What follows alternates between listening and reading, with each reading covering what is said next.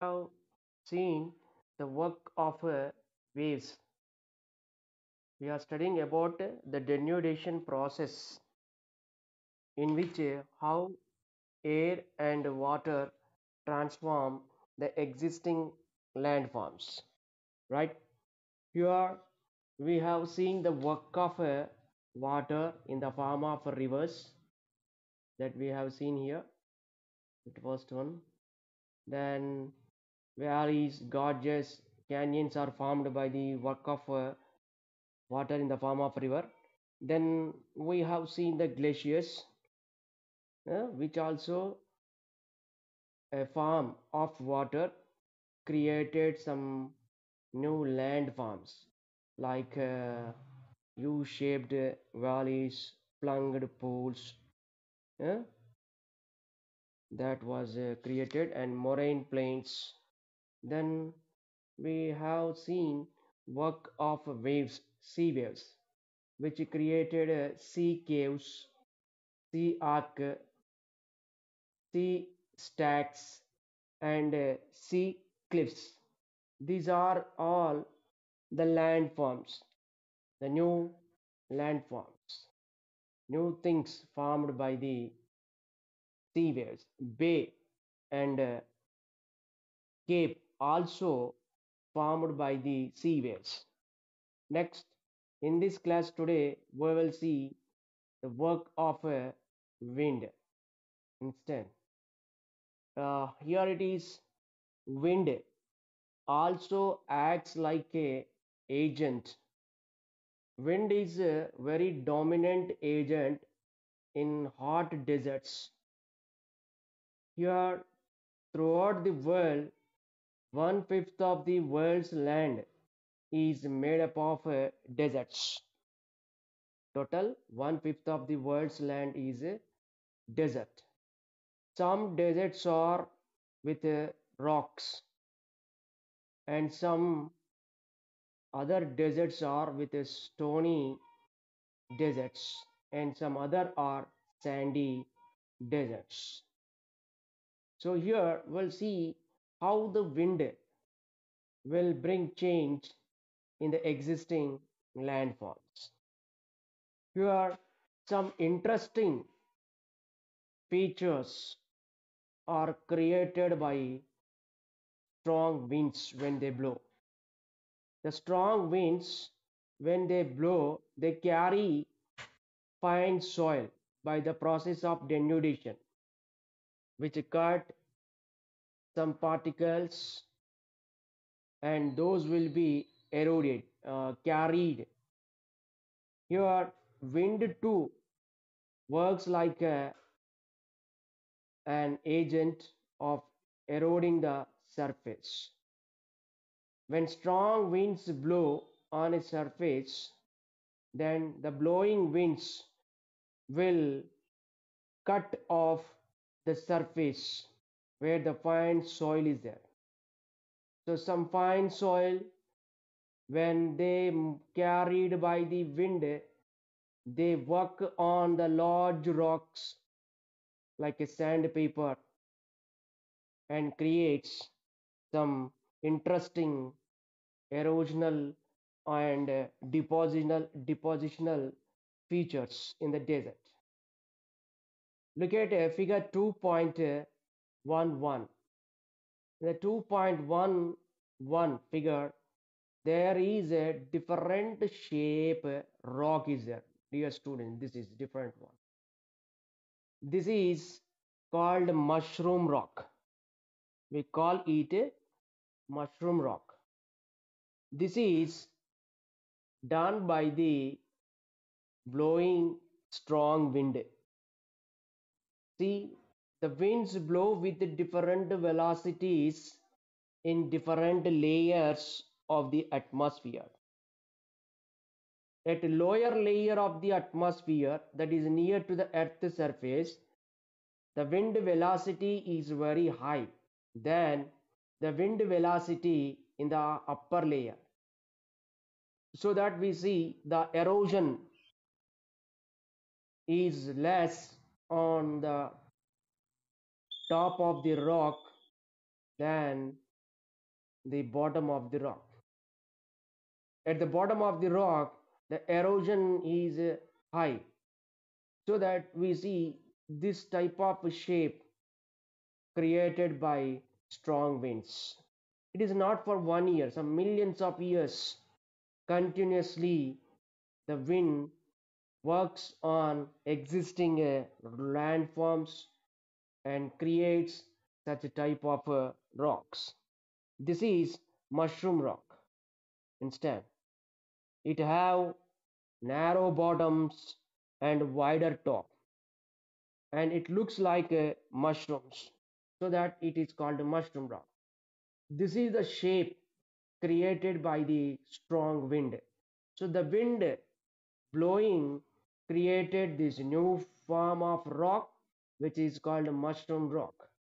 So wind acted here as an agent and transformed this rock instead. And another kind of the depositional feature by the wind is incel bug. Look at this figure 2.12. This figure is showing here incel bug. What is incel bug here instead?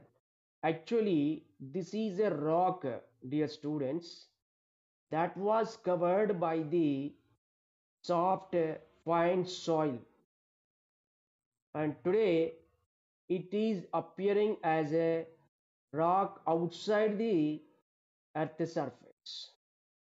It is above the soil, above the crust part. It was below the crust part, but what happened due to the erosion when wind blowing in the desert area, along with the blowing wind, we see that soft fine mud is carried away from that place, right?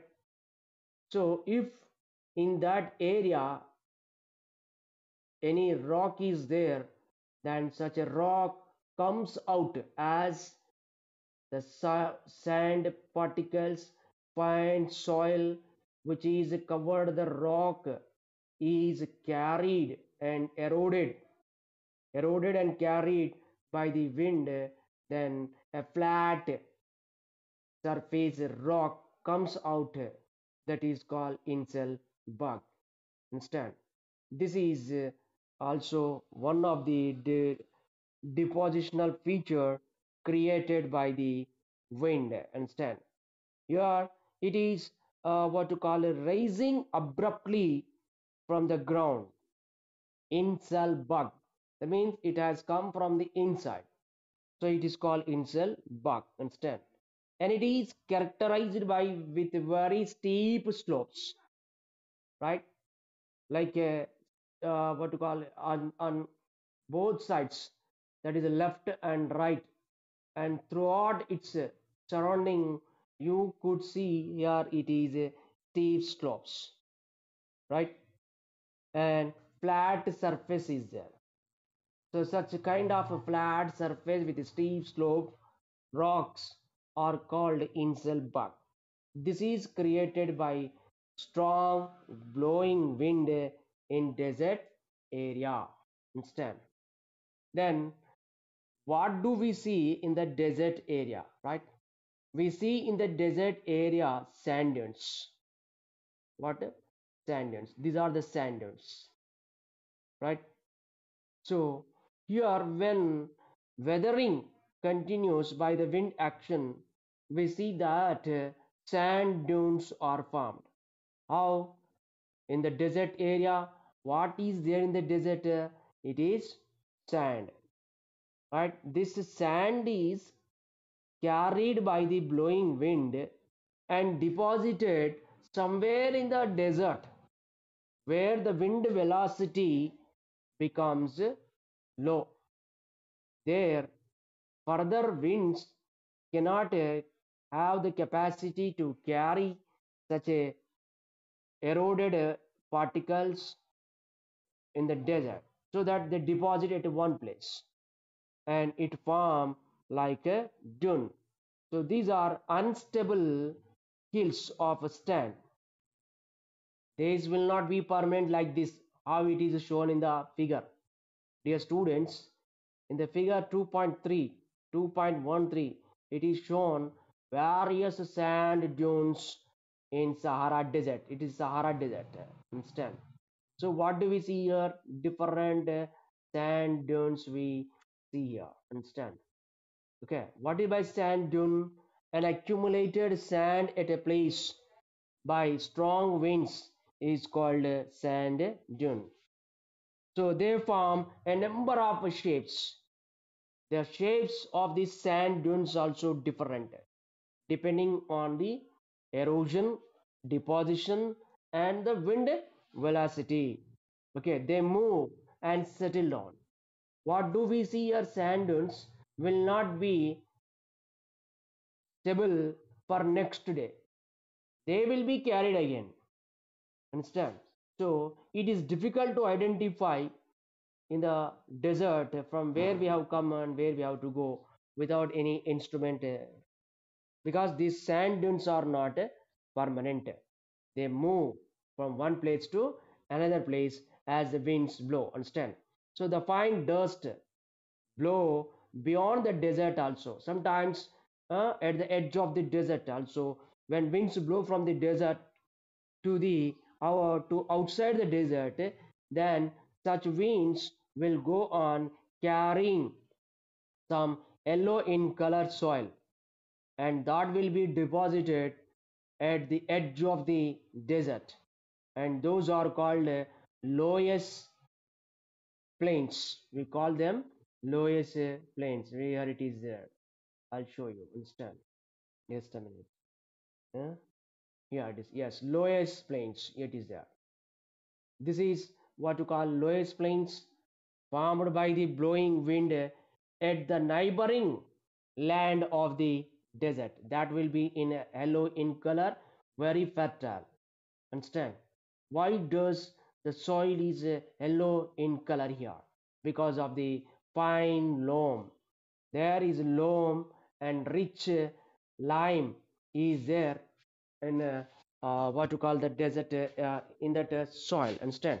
So that it is to be called lowest plains. Understand? What do we call it is? Lowest plains. Understand?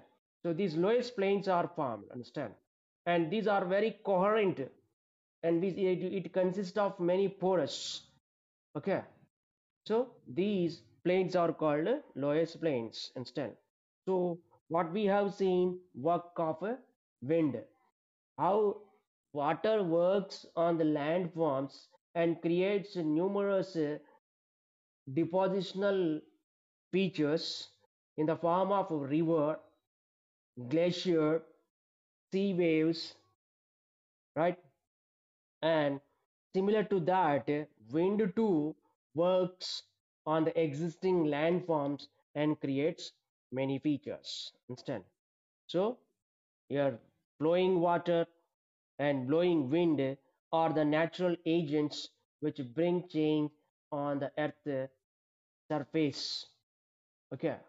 The next, we too also, that is human beings and what to call a natural action by action of vegetation. We see that it is human beings, animals also work out to bring change the existing landforms. Understand? Here we'll see that there is a tree cover. What is a vegetation? When we think of a vegetation, it means trees, plants, and grass. They too affect the rocks.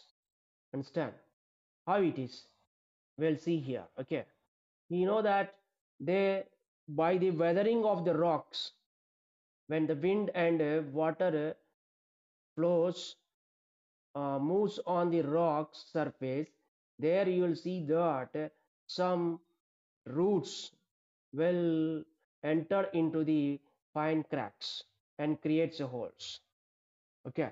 How it is? The birds when it move from one place to another place, they carry some seeds of the trees, some nuts they carry in their mouth, in their what to call feet, and that will be what to call left on the rock surface. Understand?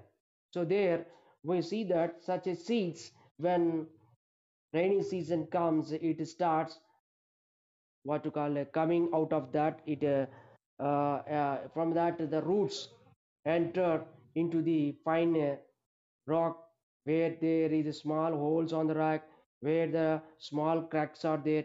There, we see that the roots enter and penetrate it instant. So they also enable water moisture to enter into the rocks, and further weathering will continue. On the other hand, we see that the plant grass cover on the soil prevents the denudation or transportation of a soil by wind and water. When wind blow on the plain surface, it moves without any obstacles. So such a wind, or what to call the water which is moving on the surface, will cut the top soil. If there is grass or tree cover is there, then the tree cover and the grass will go on reducing the denudation process by wind and water. So if there is a plant cover and grass, it reduces the water denudation process. If these are not there, then there will be water denudation instant. So we too also creating the this existing we too also changing the existing landforms instant, especially we people after the industrial revolution have major role in the transforming the crust, right? See, as industries developed due to the industrial revolution, we see here many industries need a place for their establishment. So we removed the forest cover, converted such lands into industrial sites, right? As the population increasing, to cultivate the crops, we need the lands, then we remove the forest cover, right? So we change the water existing landforms with our activities, right? So throughout the world, always at every moment, we see there is a change of the existing landforms. When the change is taking place, it will not be noticed, because the denudation process is a silent action. It will not appear immediately. After a long time, we'll come to know that something has happened. The soil erosion, where when water is moving on the surface, when the wind is blowing, fine fertile soil is eroded. It will not occur in 1 day, 2 day. Instead, it will continue for millions of years. After some millions of years, we see that the fine fertile soil, where it is there, such a land will turn to what to call infertile land. So that what I want to say, that the erosion is a process which will not be noticed by us instead. So all these are the water landforms or depositional features created by the work of water and work of the wind instead. So we have seen here the erosional process instead. There are several stages in the erosional process instead. Here, what to call it is weathering, hmm, erosion, transportation, deposition, that we have seen. All these stages altogether, it is called denudation process or geomorphic cycle, right? And in this class we have seen this one, work of water and work of wind. Okay, with this the class completed, and next we'll move to the what to call hydrosphere. Understand what is a hydrosphere? Understand a realm which is covered with the water is called a hydrosphere. What are all the water bodies which are there on the world comes under the water hydrosphere? Understand, it is a sphere which is covered with water. Understand, you know that there is a 1% of water that reaches the earth is useful for human beings, right? Only 1% of water which is reaching to the earth's surface through the what to call atmosphere. Understand, water from oceans reaches to what earth's surface to the land part. Water from oceans to land part comes. through the water atmosphere, right? So let us see that what is a hydrological cycle. It is also called a water cycle. Understand? It is a renewable cycle. That means it what to call it can be created again. It forms again and again. Okay, it can be used and reused. So what is used and reused is called here renewable. So water is used water again, reused. So it is a renewable resource. Understand? So this water goes through a cycle from ocean to what you call land, and then land to ocean. That is to be called water cycle. Look at this what you call figure 3.1, dear students. This is a figure showing you hydrological cycle. Understand? Water cycle has been going for billions of years. Understand? It is not for 1 year, billions of years it will go. Understand? It is a cycle. It is a circulation of water in different forms. Water is circulated in different forms in the water cycle or hydrological cycle. Understand? It is liquid, solid and gaseous phases. We see that liquid phase, gas phases and solid phases also we see in a water cycle. Understand?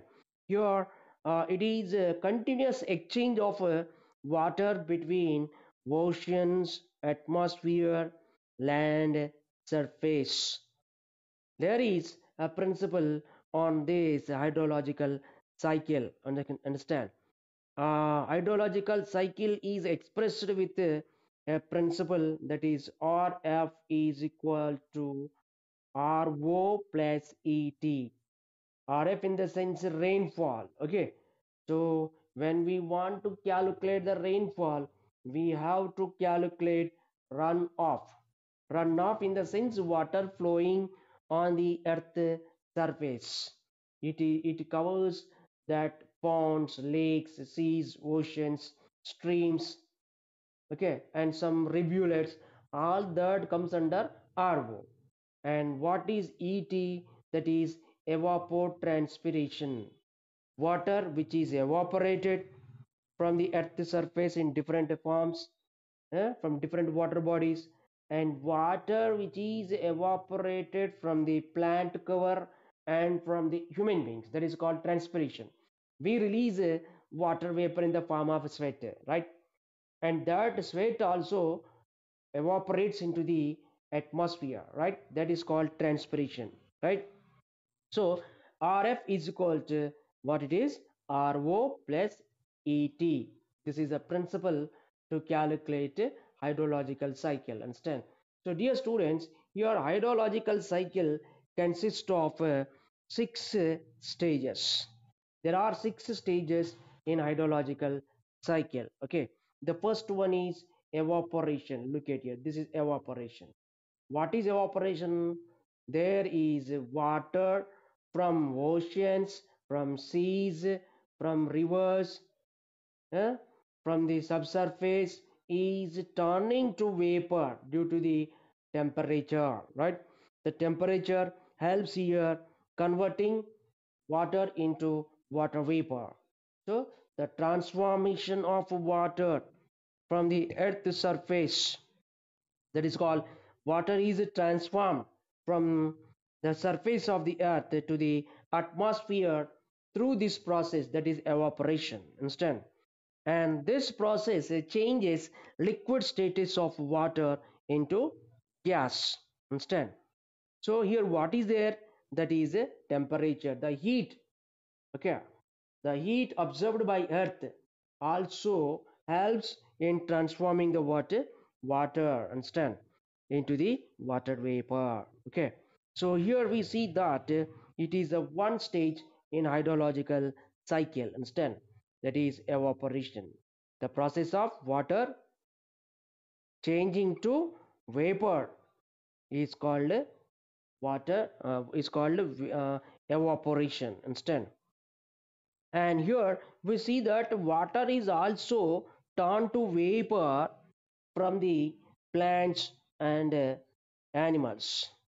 Okay, when plants generate their food, in that process it also releases some water that is also evaporated. When human beings we work, then we also releases water in the form of sweat that also joins the atmosphere. And the process of water moving from the vegetation, that is a plant cover, and human beings to atmosphere is called transpiration. It is called transpiration. Then second stage in water cycle or hydrological cycle is transportation. What is transportation? Look at, my dear students, the figure here. uh, Water from oceans, right, and from the rivers, uh, what to call, from the soil water, this from the soil, then from the uh, tree cover, this one, all these, from all these places, water is moving from water bodies to the land part, understand? So the movement of water from oceans, this is ocean, okay, from oceans to land part, and from land part to oceans is called transportation. The movement of water from oceans to land part and land to oceans in the form of clouds, that is called transportation. Here we see that the clouds are propelling here, right? When does the clouds form? When water evaporated, then the clouds will form after the condensation. What is condensation? We'll see now. Okay. So when clouds are propelled from one place to another place by upper air circulation. What is upper air circulation? Then when air moves from one place to another place, when air blows from one place to another place, along with the air, clouds also propel from one place to another place. What are clouds? In clouds, it is, we see that some millions of tiny water droplets will there, right? So the clouds are propelled from one place to another place instead. So here we see that these clouds are the reason for what giving the water to the land part instead. So what is transportation? Movement of water from oceans to land part and land to oceans, right? This is called what to call transportation, which is a second stage in a hydrological cycle or water cycle instead. And third stage, that is condensation. What is that? Condensation. Look at here, this is a condensation instead. Here water vapor is there in atmosphere. When temperature drops, we see such water vapor in atmosphere starts turning to millions of tiny water droplets and clouds. So when temperature drops in atmosphere, the when temperature drops in atmosphere, water vapor present in atmosphere will turn to millions of tiny water droplets and they form clouds. Dear students, remember here, water vapor is light in weight. The weight of the water vapor is less when compared to water droplet. So when water vapor turns to water droplets, then these clouds, that is atmosphere, cannot hold for long period instead, and that is deposited on the earth surface through different forms of precipitation. Okay, so here in here what do we see?